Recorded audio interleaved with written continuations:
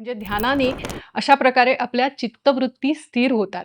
आपण कुठल्याही संकटाला स्थिरपणे, खंबीरपणे त्याच्या समोर उभं राहू शकतो. एवढंच नाही तर गीतेमध्ये भगवंताने जे अर्जुनाला सांगितलंय ना, की ज्ञानाग्नी सर्व कर्माणाम भस्मसात कुरुते अर्जुन. म्हणजेच काय, की तुमचा जो ज्ञानाग्नी आहे, तो जो प्रदीप्त झाला, तो तुमच्या सगळ्या कर्मांना भस्मसात करतो. म्हणजेच तुमचे जे काही प्रारब्ध संचित आहे ना, ते सुद्धा कमी व्हायला लागतात.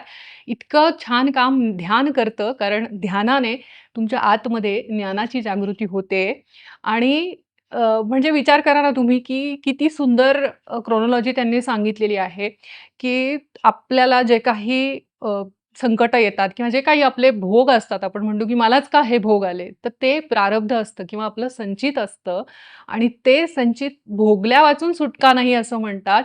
पण त्या कर्मांना सुद्धा जाळून टाकून आपल्याला त्याच्यातून मुक्ती देणं म्हणजे मोक्ष आहे आणि हे आपल्याला साध्य करता येतं. त्यासाठी समाधी घ्यायची गरज नाहीये. त्यासाठी आपल्याला अष्टांग योगाचा आधार घेता येतो आणि त्याच्यामधलं ध्यान हे अंग.